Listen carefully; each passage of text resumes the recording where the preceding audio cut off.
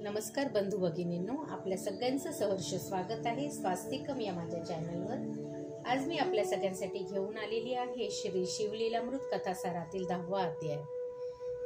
हा अध्याय सुरू करायच्या आधी जसं मागील व्हिडिओमध्ये मी आपल्याला सांगितलेलं होतं की हे शिवलीलामृत जेव्हापासून मी सुरुवात केली एक अध्यायापासून वाचण्यासाठी मला बरीचशी प्रचिती आलेली आहे।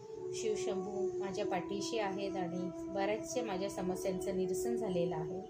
आपण सुद्धा हे जर एक पासून अध्याय वाचायला श्रवण करायला सुरुवात केली आणि आपल्याला सुद्धा ह्याची काही प्रचिती आली तर आपण मला नक्कीच कमेंटद्वारे कळवा।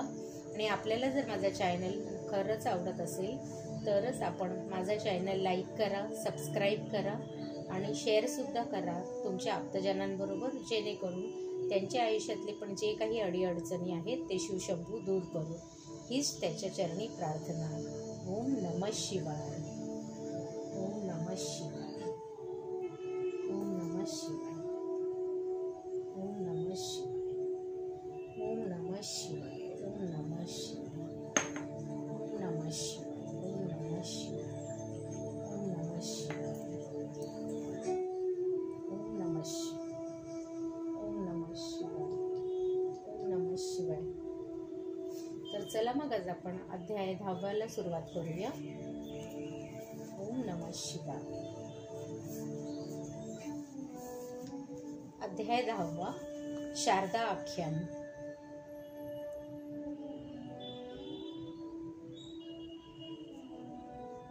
श्री गणेशाय नमः, श्री सरस्वतीभ्यो नमः। हे शंभू महादेवा, तुझा जय जयकार असो। तू मदनरूप हत्तीला विदीर्ण करणारा सिंह आहेस। तू क्रोधरूपी अर्भ नष्ट करणारा प्रभजन आहेस। तू मदरूपी अंधार दूर करणारा सूर्य आहेस। हे चंद्रशेखरा, हे वृषभ वाहना, तू दंभरूपी पर्वताचे चूर्ण करणारा इंद्र आहेस। तू अहंकार रूपी अंधकासुराचे दमन करतोस। हे भालनेत्र, तू धर्माने वर्धन करणारा आहेस। तू आनंदरूपी कैलास पर्वतावर विहार करतोस। तू मत्स्यरूपी दुर्धर अरण्य लीलया जाळून टाकतोस। तू वेदशास्त्रांना वंदनीय आहेस। हे सुहास्य वदन, तू दक्षाचा यज्ञ उद्ध्वस्त केलास। तू आनंदाचा सागर आहेस। तू दयानिधी आहेस। तू ब्रह्मानंद आहेस। शारदेची कथा, नैद्रुप ऋषींच्या उपदेश। नैमिषारण्यात महामुनी सूत शौनकादी श्रोत्यांना अद्भुत रम्य शिवलीला कथन करीत होता। शबर दाम्पत्य आणि सिंहकेतू राजा यांचा शिवभक्तीने कसा उद्धार झाला ते सांगून ते दुसरी कथा सांगू लागले। सूत म्हणाले, अनर्थ देशात देवव्रत नावाचा एक विद्वान ब्राह्मण राहत असे। तो वेदशास्त्रामध्ये पारंगत होता। शारदा ही त्याची मुलगी। ती अत्यंत सुंदर, सुशील व चतुर होती। देवव्रताने पद्मनाभ नावाच्या एका सुशिक्षित ब्राह्मणाशी तिचा विवाह ती 12 वर्षाची असताना लावून दिला। वेदसंपन्न पद्मनाभाला राजेही मान देत असत। लग्न समारंभ व्यवस्थित पार पडला। देवव्रताने मुलीला व जावयाला आग्रह करून काही दिवस आपल्याकडेच ठेवून घेतले। एके दिवशी सायंकाळी पद्मनाभ स्नान संध्येसाठी नदीवर गेला होता। अंधारातून परत येत असताना त्याला विषारी सर्प चावला आणि तो जागीच गतप्राण झाला। ही वार्ता कळताच लोक धावले। माता पित्यासह शारदाही तेथे धावत आली। आपल्या पतीचे निश्चेष्ट कलेवर पाहून तिला भोवळच आली। ती माता पिता शोक करू लागले। आज त्या कुटुंबावर दुःखाचा डोंगर कोसळला होता। नियतीने शारदेच्या सौभाग्यावर क्रूर हल्ला घातला होता। लोक हळहळत होते, पाया बापड्या रडत होत्या। शारदा भानावर आली, जमिनीवर गडागडा लोळू लागली। हाय हाय रे दुर्दैवा, तू कोणत्या जन्मीचा दावा साधलास? माझी हळदही उतरली नाही, तोच पतीला नेलेस। माझे विद्याधनाचे जहाज बुडाले। माझी शय्या ऊस पडली। माझा प्राण विसावा गेला। आता मी कोणाशी गुजगोष्टी करू? माझे सौख्य भांडार, माझ्या सौभाग्य निधी त्या सर्परूपी तस्कराने पार लुटून नेल्या। आता जगण्याची इच्छाच उरली नाही। मी काय करू? माझ्या जीवलागाचा कोठे शोधू? तिचा विलाप पाहून लोकांनाही रडू येऊ लागले। त्यांनी शारदेचे सांत्वन केले, तिला धैर्य द्यावे म्हणून शंकराची प्रार्थना केली। देवव्रत आणि त्याच्या पत्नीची समजूत काढली। पद्मनाभाच्या प्रेतावर अग्निसंस्कार करून मंडळी नगरात परतली। शारदा माहेरीच राहत होती। पतीच्या आठवणी काढून आला दिवस मोठ्या कष्टाने घालवित होती। असे बरेच दिवस लोटले. शारदेचे माता पिता काही कामानिमित्त बाहेर गेले होते. घरामध्ये ती एकटीच होती. त्या दिवशी एक अपूर्व घटना घडली. नैद्रुव नावाच्या एक वृद्ध तपस्वी ऋषी अकस्मात देवरथाच्या घरी आले. हे अंध होते. त्यांच्या शिष्यांनी त्यांना हात धरून आणले. शारदेने त्यांना बसण्यासाठी आसन दिले. त्यांचे उत्तम आदरातिथ्य केले. पूजन केल्यावर आदराने नमस्कार केला. तेव्हा नैद्रुवांनी आशीर्वाद दिला, बाळ तुझे सौभाग्य वाढो, तुला वेदवेता पुत्र होवो. शारदा विधवा आहे हे त्या ऋषींना कसे ठाऊक असणार? त्यांनी आशीर्वाद तर दिला, पण ते अमोघ वचन खरे कसे होणार? शारदा खेदाने हसली. असह्य शोकाने तिच्या डोळ्यात पाणी आले. मुखातून हुंदका बाहेर पडला. नैद्रुवांनी विचारले, बाळ रडतेस कशाला? शारदा म्हणाली, ऋषीवर्य, काही दिवसापूर्वीच माझे पती सर्पदंशाने मृत्युमुखी पडले आहेत. मग आपला हा आशीर्वाद कसा खरा होणार? तेव्हा नैद्रुव म्हणाले, मुली, मी बोललो ते बोललो. माझ्या वचनांना कधीही कमीपणा येणार नाही. तपश्चर्येचे सामर्थ्य फार मोठे असते. त्या योगे सर्व गोष्टी साध्य होतात. तेवढ्यात शारदेच्या मातापिता व बंधू घरी परतले. नैद्रुव ऋषींच्या दर्शनाने त्यांनाही आनंद झाला. जे घडले ते शारदेने त्यांना सांगितले. तेव्हा ते म्हणाले, वर करणे ही गोष्ट अशक्यप्राय वाटत असली तरी तपस्वी ऋषींचा प्रभावच इतका विलक्षण असतो की त्यांनी दिलेला आशीर्वाद फलद्रूपच होतो. त्यांच्या वरप्रसादाने रंकाचा राव होतो आणि त्यांनी संतापाने शाप दिला तर त्या पाप्याचा खोळासहित नाश होतो. पुराणात याच्या कितीतरी दाखले आहेत. ब्रह्मशापाने नहुष राजा सर्पयोनी जन्मला. यादवांच्या कुळ नष्ट झाले. ब्राह्मणांना शोभ आल्यामुळे इंद्राची सर्व संपत्ती सागरात बुडाली. ब्राह्मणाच्या शापामुळे श्रीहरीला अवतार घ्यावे लागले.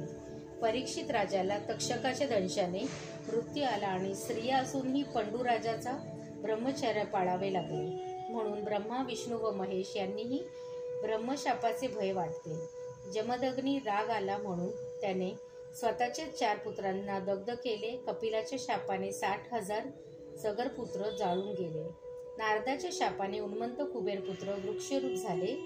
विप्रशाने दंडक राजा भस्मीभूत झाला. नूक राजाचे सरड्यात रूपांतर झाले. अधिक काय सांगावे? गौतमांच्या शापाने इंद्राच्या अंगाला सहस्र भगे पडली. गुरुशापाने चंद्राला क्षय लागला. अगस्त्याने तर क्रोधित होऊन समुद्रालाच पिऊन टाकले. मांडव्य ऋषींच्या शापाने सूर्यपुत्र यमाला दासीपुत्र विदुर म्हणून जन्म घ्यावा लागला. तपस्वी ऋषींचा प्रभावच अचिंत्य. मनात आणले तर ते पाषाणालाही देव करतील. गरीबाला चक्रवर्ती सम्राट करतील. त्यांनी अभिमंत्रित अक्षता टाकल्या तर वटलेल्या वृक्षालाही पालवी फुटेल. हे ब्रह्मांडे मोडतील आणि पुन्हा निर्माण करून दाखवतील. म्हणूनच त्यांना तिन्ही जगात श्रेष्ठ मानले जाते. नैद्रुव ऋषींची शारदाला धीर दिला व म्हणाले, मुली, तू उमामहेश व्रत कर. ओम नमः शिवाय या षडाक्षर मंत्राचा नित्य विधियुक्त जप कर. तुला दिलेले हे व्रत सफल होईपर्यंत मी येथेच राहणार आहे. मग ते ऋषीवर्य देवरथाच्या घरच्याच अंगणात मठ बांधून राहू लागले. पुढे एका शुभदिनी नैद्रुवांनी शारदेला षडाक्षर मंत्रादीक्षा दिली व म्हणाले, चैत्र किंवा मार्गशीर्ष महिन्यातील शुद्ध पक्षा उमामहेश्वरी व्रताचरणास प्रारंभ करावा. सुमुहूर्त पाहून सोमवार, अष्टमी व चतुर्थीस उमामहेश्वराची पूजा करून सुरुवात करावी. हे शिवपूजन वर्षभर करावे. शिवकृपेने आपले कल्याणच होणार अशी दृढ श्रद्धा ठेवावी. नैद्रुवांच्या सांगण्यावरून शारदेने विधीपूर्वक व्रतारंभ केले. त्यासाठी दिव्य असे शिवमंदिर रचले. त्याचे 4ही खांब सुशोभित केले. त्यावर शुभ्र छात्र घातले. भूमिशुद्धी केली. सुंदर रांगोळ्या काढल्या. 16 वर्णांची यंत्ररचना केली. त्यात अष्टदले चतुर्दले काढली. त्या यंत्रावर तांदूळ पसरून त्यावर घटाची स्थापना केली. उमामहेश्वराच्या स्वर्णमूर्ती स्थापन करून त्यांची षोडोपचाराने पूजा केली. ब्राह्मण व सुवासिनी यांचे पूजन करून त्यांना उत्तम पक्वाने भोजन दिले. त्यांचे यथायोग्य सन्मान केला. पुराण श्रवण केले. कीर्तन ऐकले. जागरण केले. अशा प्रकारे गुरुवचनांवर पूर्ण निष्ठा ठेवून ती यथाविधी व्रताचरण करू लागली. शंकराचे ध्यान.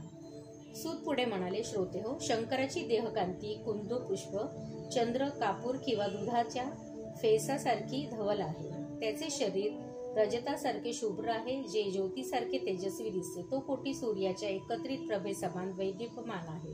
तो जगाच्या आनंदाचा गाभाच आहे जणू. तो गुणातीत आहे. शुभ्र आभरणांनी भूषित आहे. त्याच्या मस्तकावर स्वरगंगा विराजत आहे. त्यावरील शुभ्र जटांचा मुकुट खूपच शोभून दिसतो. त्या जटामुकुटातील मणियुक्त सर्पभूषण खूपच खुलून दिसतात. त्याच्या भाळी चंद्राची कोर आहे. त्याच्या सर्वांगी शुभ्र भस्माचे विलेपन किती सुंदर दिसते. त्याच्या कपाळावरील किंचित उन्मिलित तृतीय नेत्र त्याच्या देखणेपणात अधिकच भर घालते. त्याचे डोळे चंद्रसूर्यासारखे तेजस्वी आहेत. त्याच्या कानात शेष व तक्षक यांची कुंडली झळकत आहेत. त्याचा नीलकंठ वर्ण श्रेष्ठ पाचवूनही शोभून दिसतो. त्याच्या गळ्यात नरमुंडांची माळा आहे. त्याच्या अंगावर केयूर, अंगद, वीरकंकण ही भूषणे आहेत. त्याच्या 10 हातात अनुक्रमे खडाग, त्रिशूल, कपाल, डमरू, अंकुश, पाश, घंटा, पिनाक, पाशुपत व कमल अशी शस्त्रांचे व वस्तू आहे. ती शस्त्रे प्रलयकालाच्या विजयासारखी झळकतात. त्यांच्या अंगावर सिंहाच्या कातळ्याचे वस्त्र आहे. शुभ्र अशा कैलास पर्वतावर सहस्त्र योजने विस्तीर्ण असा स्तंभविरहित अतिभव्य मंडप आहे. त्याच्या प्रकाशाने दशदिशा उजळत्या आहेत. त्यात विविध रत्नांनी सुशोभित असे दिव्य सिंहासन आहे. त्यावर आसन म्हणून गजचर्म ठेवले आहे. तेथे ब्रह्मानंदाचे सगुण साकार स्वरूप असा शिवशंकर नित्य विराजमान आहे. त्याच्या समोर ऐरावतापेक्षाही विशाल आणि शुभ्र वर्णाची नंदी बसलेली आहे. भवानीचे ध्यान. सूत म्हणाले, श्रोते हो, माता पार्वतीच्या सगुण साकार स्वरूपाबद्दल काय सांगावे. ही त्रिभुवनजननी नितांत सुंदर सडपात्र व कोमलांगी आहे. शंकराचे वामांगी विराजमान असलेल्या या जगदंबा भगवतीच्या हातात अनुक्रमे गदा, पाश, अंकुश व कमळ आहे. तिच्या गळ्यात कल्पतरूच्या सुमनांची माळा व मलिका, बकुळ, कमळ आदी फुलांचे मनोहर हार आहेत. तिने हत्तीच्या गंडस्थळातील मोतिकांची कर्णभूषणे धारण केलेली आहे. त्यांची अद्भुत शोभा काय वर्णन करावी. तिचा कटिभाग अतिशय बारीक आहे. तिच्या कमरेतील कमरपट्टा 12 आदित्यांच्या एकत्रित तेजासमान वैदीप्यमान आहे. तिची वेणी भुजंगासारखी आहे. ती कमलामुखी आहे. तिचे नयन आकर्ण आहे. ती निरुपम लावण्यवती आहे. जगातील सर्व देखण्या स्त्रियांचे सौंदर्य तिच्या पादगोष्ठांवरून ओवाळून टाकावे अशी कोट्यावधी मज्ञांना शोभा देव तिच्याप्रमाणे लज्जित होते. या त्रिपुर सुंदरीच्या अंगसुवासाने सारे ब्रह्मांड व्यापून टाकले आहे. तिच्या पाऊलखुणा उमटतात तिथे रक्तकमळे उगवतात. जेथे त्या दंतपक्तींची प्रभा झळकते तेथील खडे दिव्यमणी होतात. अखिल ब्रह्मांड तीच एकमात्र अलौकिक स्वरूपाची आहे. चंद्र, सूर्य व अग्नी तिच्याच तेजाने प्रकाशतात. ती ब्रह्मा, इंद्रादी देवता या बालकांना आपल्या गर्भात वात्सल्याने धारण करते. तिच्या सौंदर्यानेच त्रिभुवनाला सौंदर्य प्राप्त झाले आहे. तिची कर्णभूषणे इतकी तेजस्वी आहेत की ती सूर्यचंद्राच्या तेज एकवटून बनवली आहेत असंच वाटतं. त्यांची प्रभा तिच्या कपाळावर पसरलेली आहे. तिचे अधर उगवतीच्या बालवीर समान राक्त आहेत. त्या महादेवी आपल्या नाकात घातलेली मोती हे त्यांच्या प्रभेमुळे प्रवाळच वाटतात. तिच्या नेत्रातील दिव्य अंजनानी प्रभा तिच्या गळ्यातील मोत्यांच्या माळ्यांवर पडल्यामुळे त्या मोत्यांवर गुंजेवर असतात असे श्यामल ठिपके पडलेले दिसतात. ही जगन्माता हास्य करते तेव्हा तिच्या दातांची शुभ्र भरभा अवघा परिसर व्यापून टाकते. तिचे दात म्हणजे ओळीने बसलेले धवल वर्ण हंसपंक्तीच. या दंतपक्ती शुभ्र असलेल्या तरी तिच्याच अधरप्रेमेने आरक्त वर्ण दिसतात, पण डाळिंबाचे दाणे दिसतात तशा. तिच्या श्यामवर्ण अंगकांतीला तेजस्वी प्रभूमुळे तिने गळ्यात धारण केलेल्या मोत्यांची हार हे इंद्रनील मण्याच्यांनी बनवलेली आहे असे वाटतात. गजानन व षडानन यांना अमृतपान देणाऱ्या या विश्वजननीने उरोज कमंडलाप्रमाणे घाटदार व शोभिवंत आहे. तिचे वस्त्र प्रलय काळाच्या विणूनच बनवलेले असावे एवढे झगझगीत आहे. मोत्यांचे विणकाम केलेली तिची कंचुकी सतेज व शोभिवंत आहे. तिची बाहुभूषणे मौल्यवान रत्नांची विग्रहवर्ण असली ही आदिमाता आदिपुरुषाची ज्ञानकळा आहे. ती लीलेने अनंत वेश धारण करणारी, भक्तांवर कृपा करणारी, दृष्टांसाठी प्रलयकारी रूप धारण करून त्यांचा संहार करणारी आणि ब्रह्मांडमाळ्याची घडामोड करणारी आहे. तिचे अद्वितीय स्वरूप पाहताना स्वतः शंकरही तटस्थ होतात. तिच्या कानात डोलणारे मोत्यांचे घोस हे आकाशात झळकणारे कृंतिका पूजच आहे. तिच्या व्हाळीच्या लालबुंद कुंकुमेसारखे सकाळ संध्याकाळच्या क्षितिजा शोभेलाही कमीपणा आणतील अशी आहे. प्रलयकाली सर्व विश्वव्यवहार गिळंकृत करून शंकर सगुणांचा निर्गुण झाला तरी हिचे सौभाग्य अखंडच राहते. हिने आधी दक्षकन्या होऊन आणि नंतर हिमालयाची कन्या होऊन शंकराला वरिले. तिच्या भाळी बीजवरा हे भूषण खूपच शोभून दिसते. तांबूल सेवनाने तिचे मुख सौंदर्य किती अप्रतिम दिसते याचे विलक्षण आनंददायी वर्णन कवींनी वेगवेगळ्या प्रकारे केलेले आहे. तिची वेणी प्रयाग क्षेत्री संगमावर एकत्र येणाऱ्या 3 नद्या प्रवाहासारखी ती पडे आहे.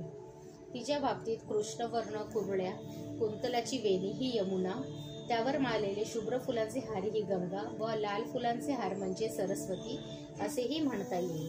तिच्या वेणीतील मूद राखडी हे अलंकार म्हणजे तिच्या वेणीरूपी सरिता प्रवाहातील मत्स्य कुर्मादी जलचर.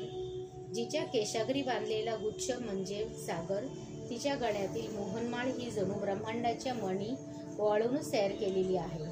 जीव आणि शिव हेच तिचे स्तन.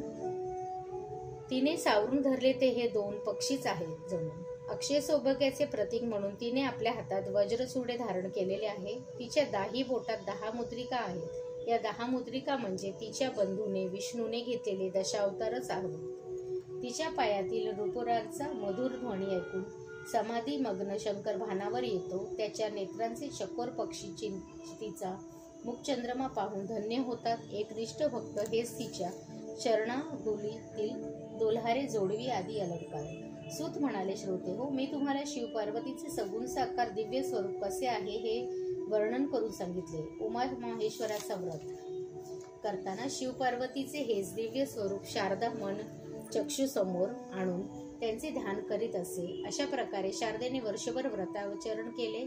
नैद्रुवानी तिच्याकडून यथाविधी उद्यापन करविले. त्यावेळी तिने 1100 दाम्पत्यांची पूजा केली. त्यांना भोजन, वस्त्रालंकार व द्रव्यदक्षिणा देऊन संतुष्ट केले. सायंकाळी जप, ध्यान व कीर्तन केले. मध्यरात्रीच्या समयात शारदा नैद्रुवांच्या जवळ बसून उमामेश्वरांचे चिंतन करीत होती. तोच साक्षात माता भवानी तेथे प्रकट झाली. सर्वत्र विलक्षण तेज पसरले. मातेच्या कृपाप्रसादाने नैद्रुवाचा दृष्टी आली. देवीच्या दर्शनाने नैद्रुव आणि शारदा यांना परमानंद झाला होता. दोघांनी तिला वंदन केले. अत्यंत प्रेमपूर्वक तिचे स्तवन केले. म्हणाले, हे भवानी जगदंबे, तुझा जय जयकार असो. तू जगाच्या उत्पत्तीला कारण असणारी मूळ प्रकृती आहेस. तू ओंकार स्वरूप आणि स्वयंभू आहेस. तू ब्रह्मानंद देणारी आहेस. तू हिमालयाची कन्या आहेस. तू सौभाग्याची सरिता आहेस. हे हेरंब जननी, तू भक्तांच्या हृदयरूपी कमळात रमणारी भ्रमरी आहेस. चैतन्याची खनिज अशी तू वेदपुराणातही वंदनीय आहेस. तू कृपा केलीस तर जन्मांधाला दृष्टी येते. पंगू मनुष्य अपव्यंग होऊन वाऱ्याच्या वेगाने धावतो. मुका बोलू लागतो. मूर्खाला शहाणपण येते. वाळूच्या खड्ड्याची दिव्य रत्ने होतात आणि गारगोट्यांचे चिंतामणी रूपांतर होते. हे आई, तुझा प्रभाव अचिंत्य आहे. तुझे लीला कर्तृत्व अगाध आहे. तू भक्तांचे पालन करतेस. मरगळलेल्या मनाला नवा उत्साह, नवा स्फूर्ती आणून देतेस. तू संसारभय नष्ट करणारी आहेस. तू वेदांची माता असून ब्राह्मणांच्या आणि विद्वानांच्या मनाला आनंद देणारी आहेस. ब्राह्मणाधिक देवश्रेष्ठी नेहमी तुझे ध्यान करतात. हे भवानी, तू त्रिपुर सुंदरी आहेस. त्रिभुवनाची जननी आहेस. तू त्रिविध दोघांचे आणि त्रिविध तापांचे हरण करणारी आहेस. जे परमभक्त त्रिकाळ तुझे ध्यान करतात ते जड, सूक्ष्म व कारण हे तिन्ही देह ओलांडून जातात. हे मृडांनी, तू शंकराच्या मनोरूपी सरोवरात विहार करणारी हंसी आहेस. तू विज्ञानरूपी चाफ्यांच्या कलिका आहेस. तू सर्वव्यापक आहेस. तू सर्व प्रकारे कल्याण करणारी व ऐश्वर्य देणारी आहेस. तुझे जय जयकार असो. ते भावपूर्ण स्तवन ऐकून देवी पार्वती प्रसन्न झाली. ती शारदेला म्हणाली, तुझ्या सेवा भक्तीने मी संतुष्ट झाली आहे. तरी वरदान मागून घे. नैद्रुव ऋषीने देवीला शारदेचे सर्व वृत्तांत सांगितले. माते, तू सर्व समर्थ आहेस. मनात आणले तर काहीही करू शकतेस. म्हणून या मुलीला मी जो आशीर्वाद दिलेला आहे तो तू पूर्ण करावा अशी माझी प्रार्थना आहे. तेव्हा शारदेच्या कल्याणासाठी ऋषींच्या मनात असलेले सदाव जाणून भगवती म्हणाली, मुनिवर, पूर्वजन्मी ही शारदा द्रविड देशातील एका ब्राह्मणाची कन्या होती. हिचे भामिनी असे नाव होते. हिच्या नवऱ्याला 2 स्त्रिया होत्या. ही त्याची दुसरी बायको होती. ही सुस्वरूप व मृदभाषिणी होती. हिने युक्तिप्रयुक्तीने नवऱ्याला आपल्या स्वाधीन करून ठेवले. त्यामुळे तो पहिल्या बायकोकडे दुर्लक्ष करू लागला. हिच्या सासरच्या घराशेजारी एक व्यभिचारी मनुष्य राहत होता. भामिनींचे सौंदर्य पाहून तो हिच्यावर आसक्त झाला. होता, हिच्यावर पापदृष्टी ठेवून होता. एके दिवशी त्याने संधी साधली.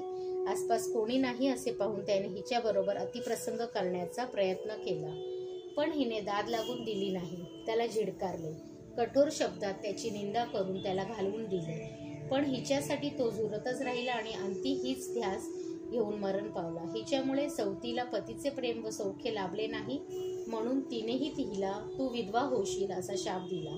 हिने दिलेल्या दुःखामुळे ती मरण पावली. कालांतराने हिलाही मरण आले. ती भामिनीच शारदा म्हणून जन्मली. जारालाही पुरुषाचा जन्म मिळाला, तोच पद्मनाथ. त्याचे हिच्याशी लग्न झाले. पूर्वजन्मी परस्त्रीचा डोळा ठेवला, या कुकर्मामुळे त्याचा सर्पदंशाने मृत्यू झाला. शारदेला वैधव्य आले. पूर्वी जन्मी तिच्या सवतीने दिलेला शाप या जन्मी खरा ठरला. कर्माची गती खूप गहन असते. प्रत्येकाला त्याच्या बऱ्या वाईट कृतकर्माचे फळ भोगावेच लागते. पूर्वजन्मातील भामिनी जो पती होता त्यालाही आता ब्राह्मणांचा जन्म मिळालेला आहे. तो येथून 360 योजने दूर द्रविड देशात आहे. आजही त्याला भामिनीचे स्मरण आहे. हिचे स्वरूप आठवून तो तळमळत असतो. तो रोज हिच्या स्वप्नात येईल, हिला प्रेमाने अंगसंग देईल, त्यामुळे हिला गर्भधारणा होईल. ही एका पुत्रास जन्म देईल, त्याचे नाव शारदानंदन ठेवावे. तो सर्वत्र प्रख्यात होईल. स्वप्नामध्ये एकमेकांचा सहवास लाभल्यामुळे शारदेला आणि ब्राह्मणाला सुख लाभेल.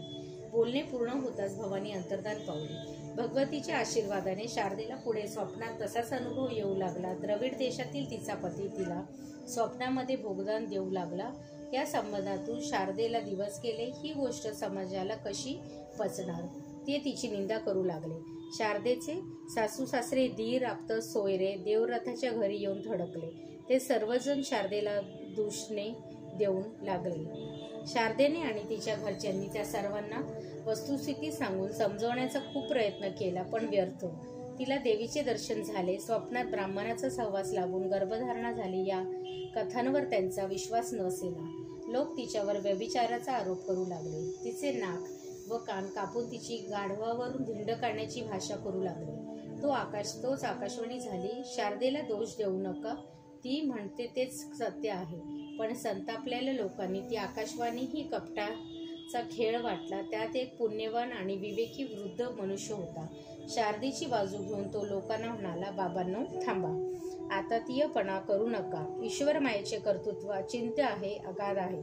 कोणालाही तिचा थांग लागत नाही. ती कोणतेही अघटित लीलया घडवू शकत नाही. तिने खांबविषयी आकाश तोलून धरले आहे. सूर्य, चंद्र, ग्रहण, शस्त्रे यांना कोणाला आधार आहे. सर्व देहांमध्ये एकच परमेश्वर व्याप्त आहे, मग तो शोधूनही का सापडत नाही.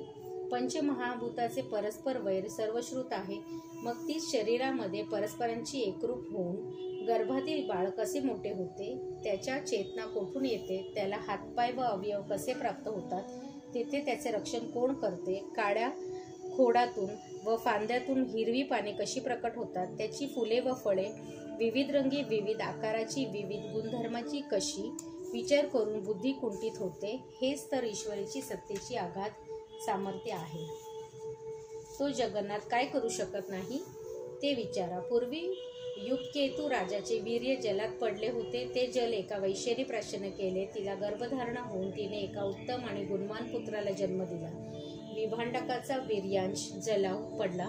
तो प्राशन केल्यामुळे हरिणी गर्भवती झाली. तिच्या उदरातून श्रयणशृंग ऋषीचा जन्म झाला. दशरथाच्या पुत्रकामेष्टी यज्ञात कोणी चमत्कार केला. सौराष्ट्राच्या राजाने एका हरणीला प्रेमाने स्पर्श केला. त्या स्पर्शाने गर्भधारणा होऊन ती एक दिव्य मानवपुत्राला प्रसवली. उपिचर वसूच्या वीर्यापासून गर्भ राहून नस्तीच्या उदरी सत्यवतीचा जन्म झाला. तिचा बंधूही तसा जन्मला. तो पुढे राजपुत्र झाला. महिषाच्या गर्भातून महिषासूर दैत्याचा जन्म झाला. कित्येक तपस्वी ऋषी एवढे करुणावंत असतात की स्त्रियांना त्यांच्या संकल्पानेच गर्भ राहतो. रोहिणीच्या पोटी बलरामाचा जन्म कसा झाला. यादव कुळातील सांबाच्या पोटी मुसळ कोणी जन्माला घातले. कुंतीच्या पोटी पांडवांचा जन्म कसा झाला. या सर्व गोष्टी तुम्ही खऱ्या मानताना मग शारदेच्या सत्यवचनावर तुम्ही का विश्वास ठेवत नाही. तो वृद्ध तळमळून सांगत होता. काही जाणते लोक त्याच्याशी सहमत होते, पण दुर्जनांचे काय, ते तर ऐकायलाच तयार नव्हते. शारदेची निंदा करून तिला अपमानित करून होते. तोच पुन्हा आकाशवाणी झाली. मूर्खांनो ऐका, आता जो शारदेची निंदा करेल, तिला पापिनी व व्यभिचारिणी म्हणेल, त्याची जीभ चिरली जाऊन तीच किडे पडतील. तेव्हा सज्जनांनी शारदेची बाजू घेऊन, हे खरे आहे, शारदा निष्पाप आहे, जे कोणी तिला त्रास देतील त्यांना त्यांच्या दुष्कर्माची फळे भोगावीच लागतील, असे स्पष्ट सांगितले. पण दुर्जनांनी ऐकले नाही. ते म्हणाले, तुम्ही आपल्या डोळ्यांकडे झापडे ओढून घेतली आहे. ही कसली आकाशवाणी? शारदेचे पाप झाकण्यासाठी हिच्या घरच्यांनीच हे सर्व कपट नाट्य रचले आहे. ते असे म्हणतात. उपस्थितांना आकाशवाणीची तत्काळ प्रचिती आली. त्या निंदकांच्या जीवा चिरल्या जाऊन त्यातून किडे पडू लागले. लोकांच्या आश्चर्याचा पारावार उरला नाही. शारदेला वंदन करून ते म्हणाले, माते, तू जानकी रेणुकासारखी साध्वी आहेस, पवित्र आहेस. लोकनिंदा थांबली. 9 मासात पूर्ण होतं. शारदेने एका पुत्राला जन्म दिला. लोक त्याला शारदानंदन म्हणू लागले. वंद्य पक्षातील चंद्राप्रमाणे तो दिसा मासाचा वाटू लागला. 8व्या वर्षी उपनयन झाल्यावर तो वेदाध्ययन करू लागला. त्याने 4 वेद व 6 शास्त्रे यांचा सखोल अभ्यास केला. पुराणे मुखोदंत केली. त्याला विद्वानांमध्ये प्रतिष्ठा प्राप्त झाली. सर्वत्र कीर्ती पसरली. राजे व महाराजे त्याच्या विद्वत्तेची प्रशंसा करू लागले. त्याला सर्वत्र मानसन्मान मिळू लागला. मातेप्रमाणे तोही परमशिवभक्त होता. त्याने आपल्या निर्मळ प्रेम भक्तीने शंकराला प्रसन्न करून घेतले. एकदा शिवरात्रीच्या पर्वणी संध्याकाळी शारदा आपल्या पुत्रासमवेत गोकर्ण क्षेत्री गेली होती. तेथे द्रविड देशातील तो ब्राह्मणही आला होता. हाच शारदेचा पूर्वजन्मीचा पती होता. हाच शारदेला स्वप्नात रोज भेटायचा. एकमेकांना पाहून दोघांनाही मोठे आश्चर्य वाटले. अंतरीची खून पटली. आनंद झाला.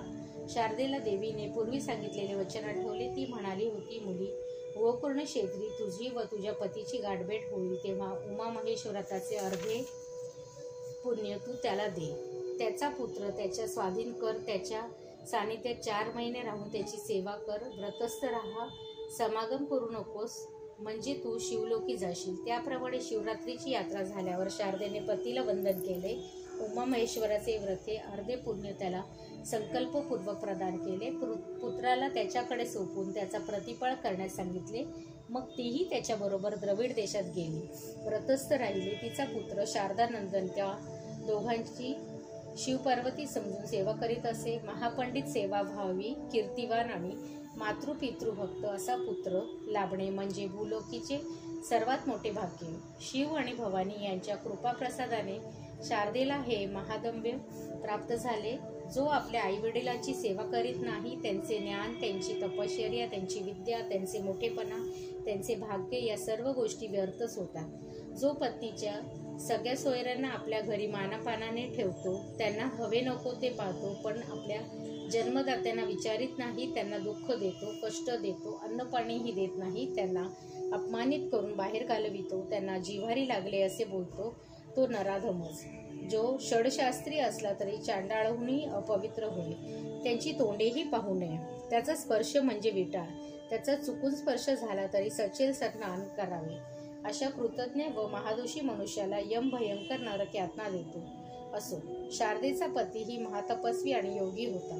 काही वर्षांनी तो निधन पावला. त्यावेळी शारदेने सहगमन केले. त्या दोघांना शिवलोकी स्थान मिळाले.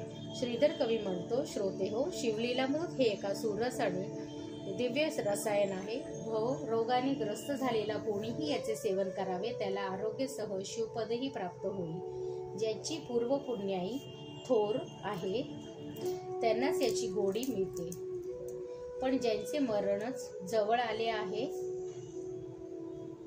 त्यांना हे आवडच नाही. भाविक जन हो, श्री गुरु ब्रह्मानंदाचा कृपाप्रसाद लाभलेला हा श्रीधर तुम्हाला हात जोडून एवढीच विनंती करतो की शिवचरित्र हे साक्षात अमृत आहे. तुम्ही देवानी हे आदराने सेवन करा.